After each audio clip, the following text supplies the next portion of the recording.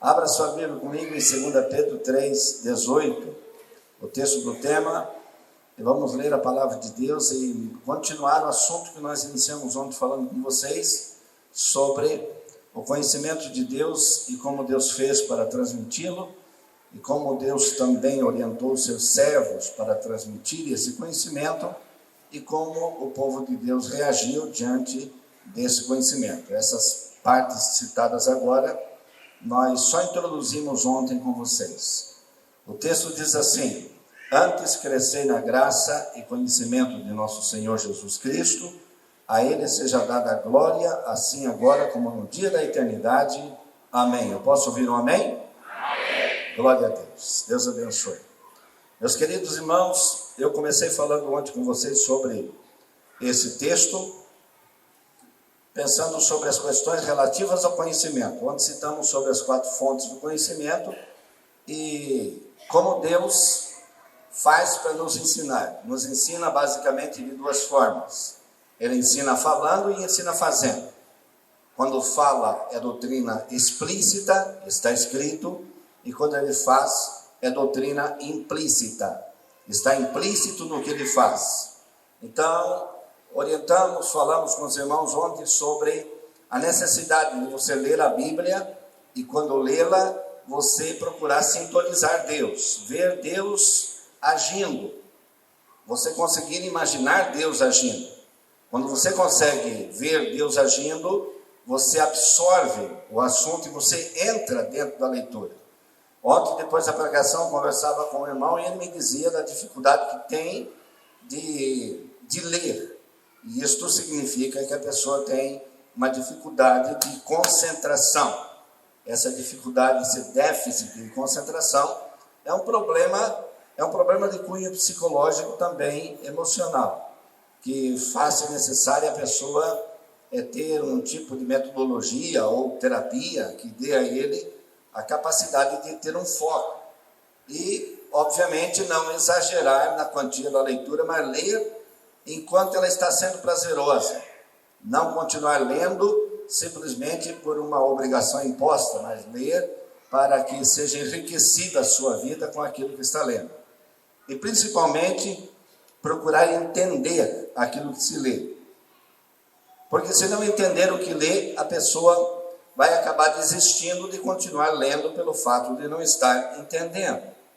Então, se faz necessário crescer no conhecimento. E o texto nosso que lemos aqui diz crescer na graça e conhecimento. Disse aos irmãos ontem também que esse crescimento equilibrado se faz necessário porque a graça te capacita a fazer o que Jesus fez e o conhecimento te capacita a ser o que ele foi. E isso é muito importante, né? É muito importante você ter a capacidade de fazer o que ele fez, mas também ter a capacidade de ser o que ele foi. Porque aí, qualquer conhecimento que você transmita é corroborado pelo teu testemunho, é corroborado pela qualidade de vida que você leva. Porque a nossa pregação ela é corroborada por aquilo que somos.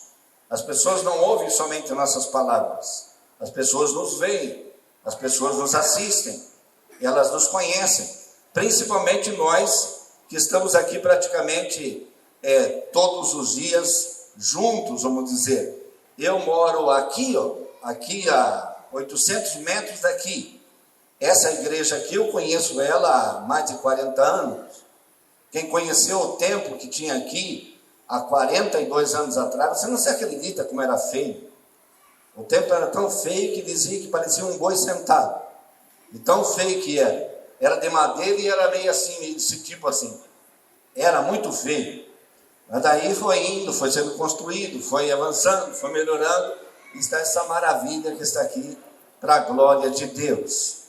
E eu fiz um estudo uma vez aqui sobre a fé. E daí teve um irmão que me assistiu no estudo de quinta a domingo e disse: pastor, você citou 127 vezes a palavra fé. Eu estava contando, né? Eu estava contando, poxa, mas que bênção. E as outras coisas você aprendeu? Ele disse: aprendi alguma coisa, mas você falou fé 127 vezes. Tá bom, de quinta a domingo tá bom. Falar 127 vezes a palavra fé. Então a gente tem essas recordações e vê hoje esta igreja, esta nossa geração, que está, vamos dizer assim, indo para a fase do ocaso, e vendo essa geração que está despontando, de adolescentes, jovens, crianças, que estão despontando, nós queremos que esta geração que está vindo receba o conhecimento de Deus como nós recebemos. Nós recebemos conhecimento de Deus através de pessoas muito responsáveis, pessoas muito honradas, pessoas dignas, e eles nos ensinaram, eles nos instruíram pela palavra. E aquilo que somos hoje devemos àqueles que já estão com o Senhor na glória. A geração que nos deu a vida está sendo recolhida pelo Senhor, está indo. Há poucos dias, pastor Vieira ligou para mim, conversou um pouco comigo, e daí disse assim: pastor Aldo, eu te amo. Aquilo para mim me partiu o coração. Ele tem quase 90 anos de idade. Ele disse: pastor Aldo, eu te amo. Eu escuto você pregar na internet, e você prega do mesmo jeito que você pregava quando eu era teu pastor. Digo, glória a Deus, e não pretendo mudar, não pretendo mudar, pretendo continuar a minha pregação sempre sendo essa pregação de exposição bíblica, uma pregação cristocêntrica, uma pregação que exponha e apresente a verdade, tal como está exarada nas Escrituras Sagradas. Assim sendo, nós precisamos entender de que Deus começou ensinando dentro de uma metodologia da mais acurada que você possa imaginar. Ele deu um mandamento para o homem, iniciando um mandamento, um só. Depois o homem transgrediu e Deus então ampliou. Os mandamentos foram sendo ampliados na proporção em que a vida humana foi tendo necessidades. Ele deu mais tarde, no tempo de Moisés, 10 mandamentos, que é o decálogo, que significa as 10 palavras, que expressa, o decálogo expressa a imagem nata e pura e essencial da pessoa de Deus, os 10 mandamentos. E começa com a sua pessoa. Ele começa dizendo: não terás outros deuses diante de ti, eu sou o Senhor. Começa com ele, começa nele, dando um ensinamento para mim e para você, de que as coisas espirituais começam em Deus, na pessoa de Deus. É por isso que o pecado da idolatria é um dos piores pecados, chamado no Antigo Testamento de abominação, porque ele é o desvio da adoração. A adoração que deve ser dirigida a Deus está sendo dirigida a homens, está sendo dirigida a nomes, está sendo dirigida a instituição, está sendo dirigida a coisas. Não. Você precisa ler a Bíblia e ver Deus na sua essência, na sua majestade, na sua glória. Você precisa ver Deus no seu trono, e você precisa falar com Ele, tal como Jesus ensinou. Quando vocês orarem, orem assim: Pai nosso que está no céu. Começa nele, começa com Ele, por Ele e para Ele, porque tudo é dele. Você glorifica Ele esta noite? É exatamente isso que é necessário se fazer. Deus então deu os 10 mandamentos, e para a nação de Israel, de uma forma mais extensiva, ele deu a lei, que segundo o rabino Meir Metzliah Melamed, a lei tem 613 mandamentos, que vigia a vida moral, civil e cerimonial da pessoa. E aí Deus exigia uma obediência a todos esses mandamentos. E aí nenhuma pessoa, nem o próprio mediador da legislação, que foi Moisés, conseguiu obedecer. 2:10 de Tiago está escrito: quem tropeça no mandamento é culpado de todos. Era culpado de todos os mandamentos. Aí vem Jesus, e 5:17 de Mateus, Jesus diz: eu não vim abrogar ou anular a lei, eu vim cumpri-la. E a palavra lei cumprida significa a prática absoluta da justiça, ser justo integralmente, não tropeçar em nenhuma palavra. E daí está escrito: na sua boca não achou-se engano. Ele foi perfeito. Jesus foi perfeito. Ele cumpriu a lei no meu lugar e no teu lugar. Para que cumpriu a lei? Para abrir, conforme está escrito em Hebreus capítulo 9, um novo e vivo caminho que nos dá acesso a Deus Pai, pelo seu sangue, isto é, pela sua carne. Ele cumpriu a lei para que nós tivéssemos acesso ao Pai. Agora ele, Jesus, ele, além de ser o cumpridor da lei, ele é nosso advogado, sentado à direita do Pai para interceder por você. Aí você chega cheio de falhas, cheio de erros, com problemas, e você fala com Jesus, Jesus fala com o Pai fala com o Espírito Santo e ministra sobre você a bênção, restaura a tua vida e você sai abençoado do culto. Você glorifica o nome de Jesus por isso? Glória a Deus. Por último, Deus deu o seu próprio Filho, que é a maior revelação que a humanidade pode receber. João capítulo 1, versículo 18, está escrito: ninguém jamais viu a Deus, mas o Filho unigênito do Pai o fez conhecido. Jesus é a revelação máxima. Hebreus capítulo 1, o escritor falou dizendo de que Deus falou antigamente de muitas maneiras aos pais pelos profetas, mas a nós ele falou-nos pelo Filho, que é a expressa imagem da sua pessoa e o resplendor da sua glória. Por quem também fez o mundo e sustenta todas as coisas, e que também herdou um nome que é um nome superior a de todos os anjos, e que mantém todas as coisas sustentadas pela palavra do seu poder. Assim sendo, a pessoa de Cristo é a maior revelação que a humanidade poderia receber. A humanidade, esse povo da dispensação da graça, não tem o direito de questionar e reclamar absolutamente nada diante de Deus. Tem o dever de agradecê-lo pelo fato de que Deus deu o melhor que ele tinha, deu o seu Filho. Deu o seu Filho para se fazer conhecido. Jesus disse para os discípulos, João capítulo 14, Tomé disse: Senhor, como saberemos o caminho, se você não disser para nós onde é o caminho? O Filipe disse: Senhor, mostra-nos o Pai. E Jesus respondeu: vocês não têm visto a mim? Não têm ouvido as minhas palavras? Crede que eu e o Pai somos um. Crede pelo menos pelas palavras e pelas obras, porque as palavras que eu vos digo não são minhas, são do Pai. E as obras que eu faço é o Pai quem as faz. Em 10:30 de João, Jesus disse: eu e o Pai somos um, exatamente um. Olha para mim e você vê o Pai. É a expressão exata do Pai. É a revelação máxima da pessoa de Deus, a pessoa de Cristo. O que algumas pessoas estão entendendo errado é que esta bondade do Pai em revelar-se em Cristo, alguns estão chamando isso de salvação de graça. Não, a salvação não é de graça. A salvação é pela graça. A salvação custou muito para Deus. A salvação custou o seu Filho, o seu único Filho, que poderia ter perdido tudo. Jesus sabia que poderia ter perdido tudo, absolutamente tudo. Ele era, segundo Paulo, o segundo Adão, o representante da humanidade diante de Deus. Ele era o segundo Adão do primeiro Adão, do primeiro estágio, impecável, sem pecado.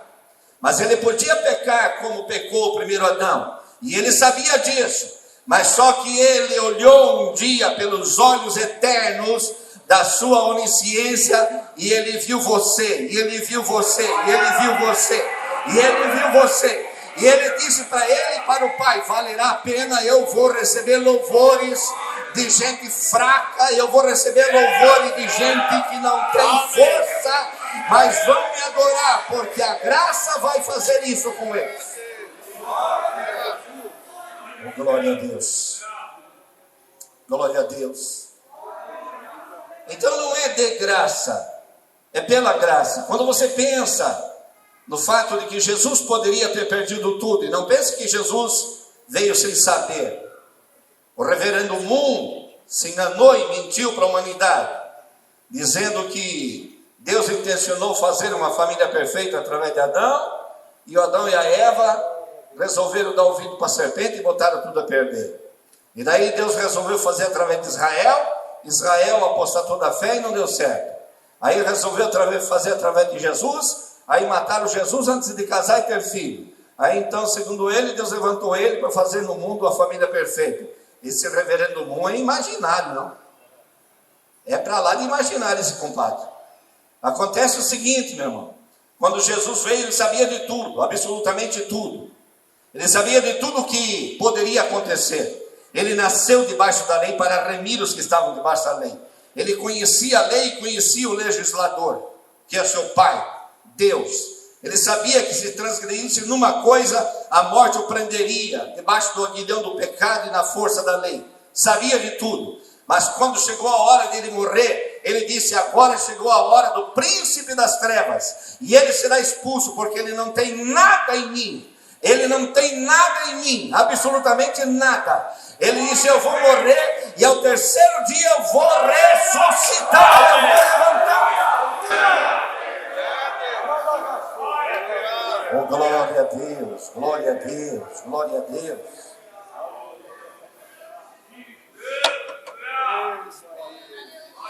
A maior revelação do conhecimento de Deus é a igreja que tem e está na pessoa de Cristo.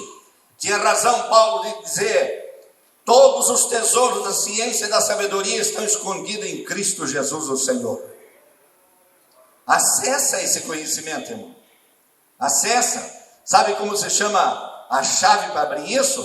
Ela se chama oração.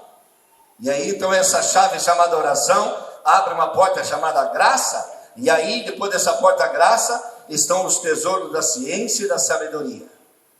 E daí você vai se enriquecer. Enriquecer espiritualmente. Enriquecer no conhecimento. Você tem que entender que o conhecimento é muito valioso. É muito valioso. O conhecimento é uma aquisição que não ocupa espaço e te faz crescer. Você pode estudar a Bíblia a vida inteira. Eu estudo a Bíblia há 42 anos. A matéria que eu vou dar aqui para vocês, escatologia, eu estudo ela há 40 anos. E eu nunca consegui encontrar um ponto final para colocar na matéria. E eu tenho muitas apostilas escritas sobre essa matéria em diversos focos, e não tem como colocar ponto final, porque não tem ponto final para essa matéria. Então você pode estudar a vida inteira, a vida toda, e você vai crescer em conhecimento. Mas como foi que Deus orientou o seu povo para transmitir esse conhecimento? Tem algumas coisas que são bem simples e bem práticas. Eu vou citá-las para você bem rapidamente. Deus ensinou o povo como transmitir o conhecimento, porque existe um perigo muito grande de uma geração passar e ela incorrer naquela sentença fatídica de 2, 10 e 11 de Juízes. E morreu a geração dos anciãos, e foi recolhido também Josué a seus pais, e levantou-se uma geração que não conhecia o Senhor e nem os bens que ele fizera a Israel. E aí eu pergunto para você: como pode levantar-se uma geração que não conhece o Senhor e nem os bens que ele faz a Israel, sendo que no decurso das gerações, 3 gerações andam juntas? 3 andam juntas. Mas nós estamos aqui, a geração passada, desculpe-me fazer a ilustração, mas nós que estamos aqui com mais de 60 anos, somos considerados a geração passada. Não passamos, estamos aqui, né? Mas dentro da escala etária, somos considerados a geração passada. Tem uns que dizem geração de ouro. Não estou muito rico com esse ouro não, mas tem uns que dizem: vem para a turma da idade de ouro. Aí eu me esquivo, irmão. Mentiu, não minto, mas enganar eu engano. Não, faço de conta que não tenho 60 anos, 63 já tenho. Mas vem comer bolachinha, deixa a bolacha para outro dia. Deixa a bolacha para outro dia. Não estou com essa inclinação ainda. Acontece o seguinte: tem uma geração que é a geração passada, que estávamos entrando para o seu caso, nós que temos mais de 60 anos. Tem uma geração atual, que é uma geração que está aí entre os 30 e os 50 anos, é uma geração atual. E tem uma geração que está vindo aí, crianças, adolescentes e jovens. Eles compõem a geração que está vindo. 3 gerações andam juntas. Como que pode 3 gerações andarem juntas e uma geração não transmitir conhecimento para outra geração que está vindo? Como se explica isso? Já que estamos no encontro de escola dominical, seria a mesma coisa que dizer, os pais não trouxeram os filhos para a escola dominical. Seria mais ou menos isso. Os pais não trouxeram os filhos para a escola dominical. Não houve uma transmissão de conhecimento. Como pode não haver uma transmissão de conhecimento se existe uma convivência? Que tipo de vida está vivendo então a família socialmente falando? Fora da igreja, em casa, no seu circuito social? Que tipo de vida está vivendo? Não fala nada sobre Deus, não tem nada sobre Deus, não tem nada sobre Bíblia, não tem nada sobre Evangelho, nada, a ponto de não transmitir conhecimento nenhum. Como pode isso, irmão? Na minha casa, quando se reúne meus 3 filhos, minhas 3 noras, meus 9 netos, quando se reúne, pode ter certeza, irmão, tem cântico, tem oração, tem língua estranha, tem profecia, tem hino, tem de tudo. Tem de tudo. Às vezes até minha esposa, pronto, os pregadores se reuniram, que daí eu e meus 3 filhos. Ela diz, os pregadores se reuniram. Não se fala outra coisa, se fala de Bíblia. Começa de Gênesis e quando chegar no Apocalipse não está satisfeito. Mas é um negócio que fala de um para o outro e fala de um para o outro. E o outro está lá, tem um que está lá em Balminhas, ele vai pregar, minha nora vai pregar sobre, vou pregar sobre tal coisa. E eu estou pensando em falar isso, mais isso, mais isso. O que o sogro acha? O sogro tem aí um esboço para mandar para mim? Tem, minha filha. Bata as fotos lá e manda pelo zap, manda para lá. E ela vai lá e monta o sermão e vai e prega. Hoje ela está pregando. Está pregando o sermão que eu passei para ela durante a semana, anotações, várias anotações, e hoje ela está pregando na igreja dela. Irmão, não pode acontecer como aconteceu com os juízes. Levantou-se uma geração que não conhecia, não. Vai levantar-se uma geração que conhece. A nossa igreja vai ter lugar para Deus. Os nossos filhos vão ouvir as vozes de Deus. Nossos filhos, nossos netos, nossos bisnetos, eles estarão numa igreja que Deus fala e o homem fica vivo. Não vai acontecer de levantar e dizer, eu não sabia. Não vai acontecer. O que vai acontecer é que a nossa geração de filhos, netos e bisnetos vão se levantar e vão dizer, nós conhecemos o Senhor. Eu conheço o Deus do meu pai. Glória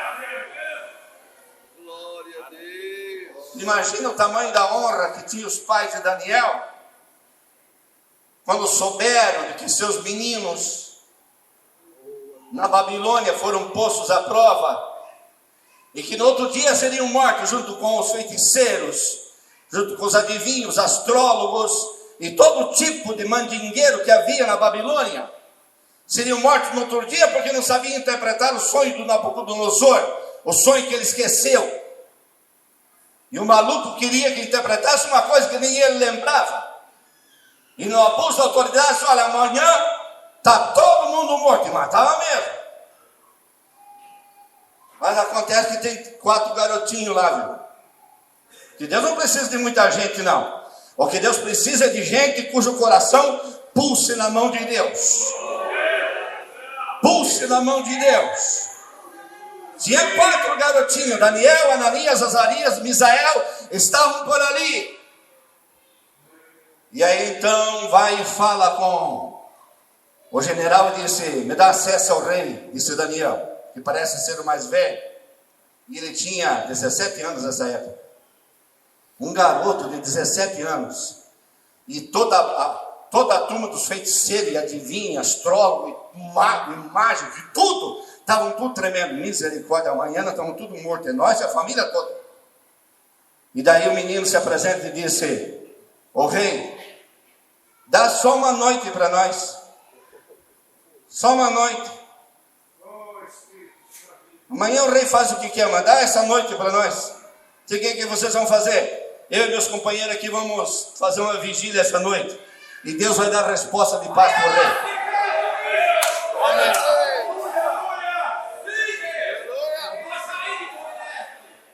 Olha isso, irmão. E aí estão orando. Estão orando. E quando Deus revela, o que é que Daniel diz?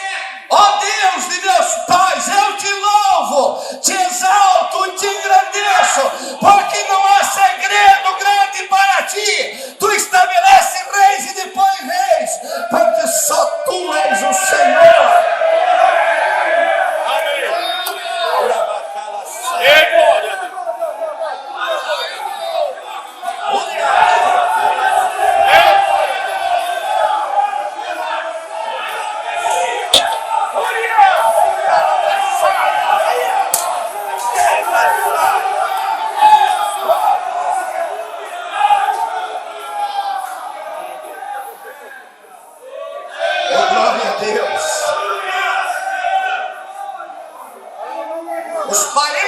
Daniel, a família de Daniel.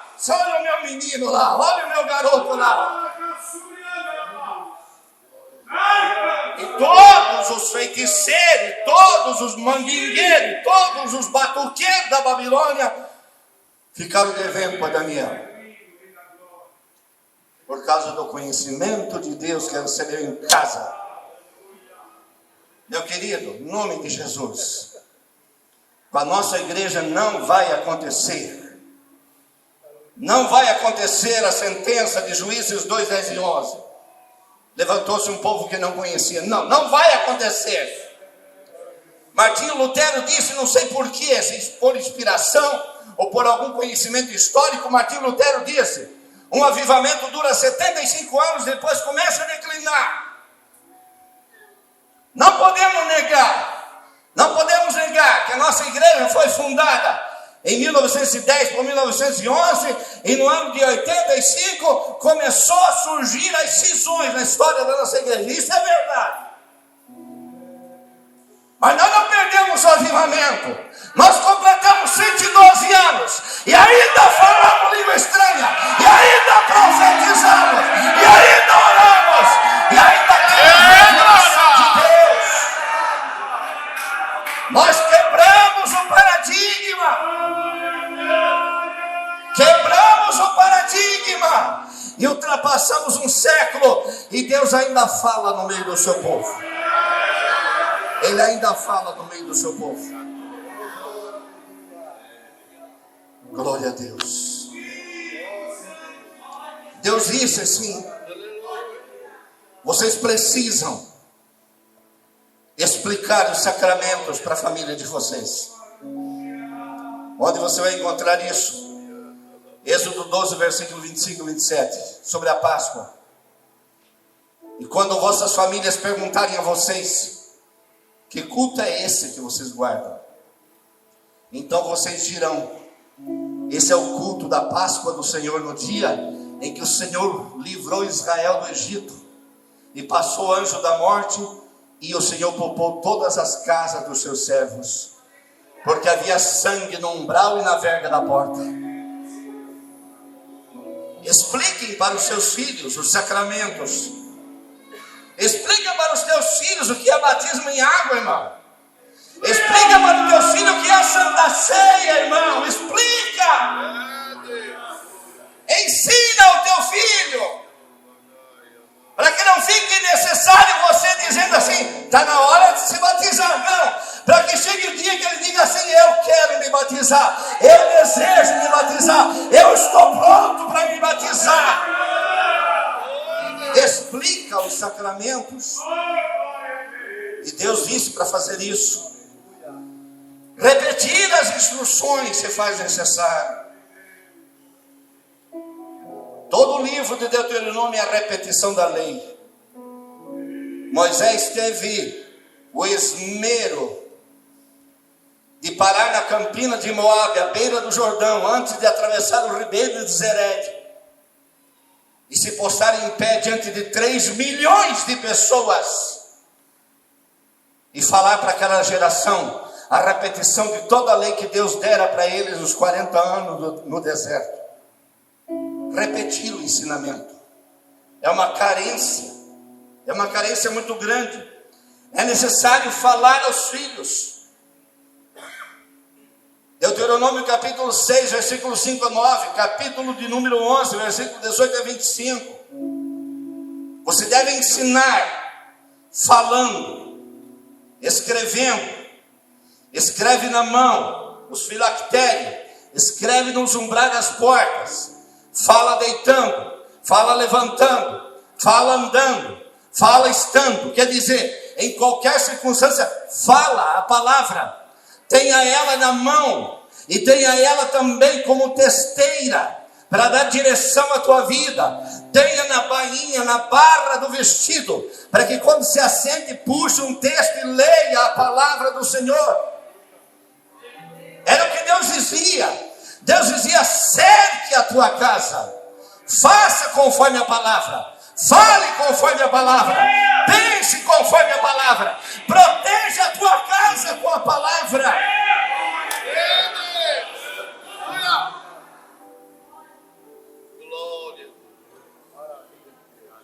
Glória a Deus. Glória a Deus.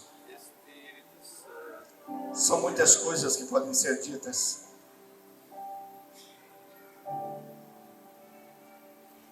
Deve ser demonstrado também através das coisas. Josué capítulo 4, versículos 4 a 7. O povo para, o sacerdote para no meio do Jordão. E aí o Senhor diz: pegue 12 pedras onde tiver os pés dos sacerdotes e leve. 12 homens escolhidos para levar 12 pedras. E aí vocês levam, e quando as gerações futuras perguntarem que pedras são essas, vocês dirão: essas são as pedras que estavam debaixo dos pés dos sacerdotes, quando o Senhor abriu o Jordão e o povo passou a pé enxuto. Demonstrando através dos altares. Demonstrando através dos altares levantados. A tua família tem que olhar para você e tem que dizer assim: aqui a mamãe orava aqui, ó. Papai orava ali, ó. Eu não consigo entrar na casa dos meus pais, meu sogro, minha sogra, sem a minha voz ficar embargada. Sobe e como que tranca a respiração. Porque tem um lugarzinho onde a minha sogra, minha mãe, se enrolava numa manta e ficava 4, 6, 8, 10, 12 horas em joelho. Um lugarzinho onde estava um sofá e um cantinho. 12, 20. Um dia ela esteve 12 dias trancada num quarto, num lugar só, 12 dias. Orando por um filho. E esse filho estava fazendo um concurso. E nesse concurso era uma vaga só. E tinha umas 50 pessoas. E todos os outros eram engenheiros, advogados, professores, todos pessoas graduadas. E ele só com ensino médio. Só com ensino médio. E ela se trancou 12 dias. O curso era 12 dias. Adivinha quem tirou em primeiro lugar? Ele tirou em primeiro lugar. E por quê? Porque tinha uma mãe no altar de oração.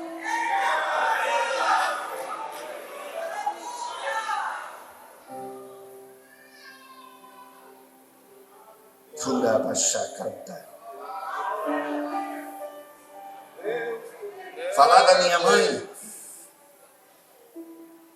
eu tenho que dizer minha sogra, porque senão os irmãos ficam confusos. Mas eu nunca chamei de sogra, nem de sogro. Sempre chamei e amei como pai e mãe. E amei e respeitei. E um dia nós estávamos vindo de Criciúma. Eu e a irmã Carmen tinha terminado uma escola bíblica em Criciúma. Era um tempo que nós viajávamos até 3 congressos por semana. Os pastores faziam escolas bíblicas no meio de semana para ter-nos lá para ensinar. E eu tinha terminado na quarta-feira, de segunda a quarta, tinha terminado uma escola bíblica na quarta-feira. E na quinta-feira de manhã nós estávamos voltando e já no final de semana íamos pregar em Biguaçu. Estávamos vindo de Criciúma e quando chegou em Capivari de Baixo, estava sendo feita a duplicação da BR-101, aqueles 14 canteiros de obra que eram lentos. E nós tínhamos uma Meriva. E eu parei em Criciúma, abastecemos o carro para vir até em casa tranquilo. E aí então, quando chegamos ali em Capivari de Baixo, sofremos um acidente. Mas acontece o seguinte, que a nossa mãe, de noite, 10:30 da noite, quando ela foi deitar, veio uma voz e disse para ela: corre, socorre a tua filha, porque eles sofreram um acidente e o teu genro morreu. E ela dobrou o joelho 11 horas da noite e levantou às 6 da manhã. Às 6 da manhã levantou da oração. Ela só levantou quando o coração sossegou. E nós estávamos vindo em Capivari de Baixo, 10 por hora, 5 por hora, parando, arrancando. E daqui para lá vai uma carreta, uma bitrem, um Globetrotter, vai em alta velocidade. E quando ela fez a lomba daqui para lá, deu-se com a fila parada. E ela bateu num caminhão bongo, um caminhão carregado. Tentou tirar, mas bateu no lado direito, atrás do caminhão. O caminhão levantou e foi para o lado esquerdo e caiu em cima de nós. O caminhão caiu em cima de nós. O motor do caminhão ficou em cima da minha cabeça. E foi aquela fumaceira, aquela coisa tremenda. E o caminhão virou e quase capotou. E foi pulando e parou na beira da pista. E daí vem correndo uma pessoa. E quando chega, ele me reconhece: irmão Aldo, se você está bem? Eu digo: estou bem. Mas eu nem sabia bem o que tinha acontecido. E ele disse: eu sou o fiscal da FIP, pastor Aldo. O que aconteceu aqui? E aí então já vieram todo mundo ajudar, e já veio a ambulância. Enfim, a minha esposa estava lendo um livro, e como não estava preparada para o impacto, os cintos machucaram seu abdômen, seu tórax. E aí fomos levados para o hospital. O carro deu perca total, arrancou o motor, arrancou a caixa, quebrou o chassi, torceu tudo. Mas onde nós estava, não quebrou, nem o painel do carro não quebrou. Nem o para-brisa não quebrou. Só trincou em cima e não quebrou. Nós ficamos livres, sem nenhuma coisa, imprensando nada, absolutamente nada, porque tinha alguém que estava de joelho diante do Senhor. É essa igreja que eu quero que fique para os meus filhos. É essa igreja. É essa igreja que eu quero que os meus filhos herdem, que os meus netos herdem. É essa igreja que sabe que é um Deus do céu que faz maravilhas. Fica de pé em nome de Jesus.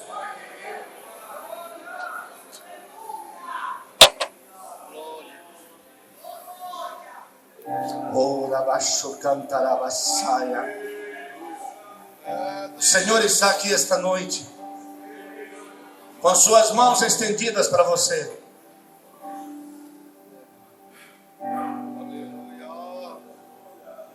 Eu quero convidar você essa noite que está aqui.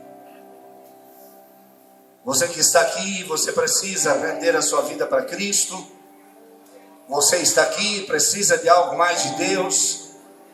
Você está aqui, precisa de comunhão com Deus. Você está aqui e precisa de cura para o teu corpo. Você está aqui, precisa de solução para problemas da tua vida. Você está aqui, precisa conhecer mais Deus.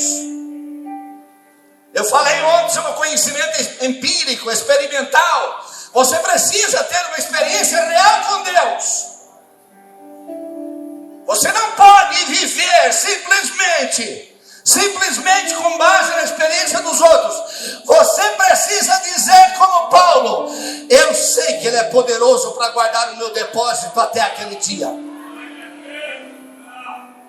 E eu quero te convidar para vir à frente. Sai do teu lugar e vem à frente.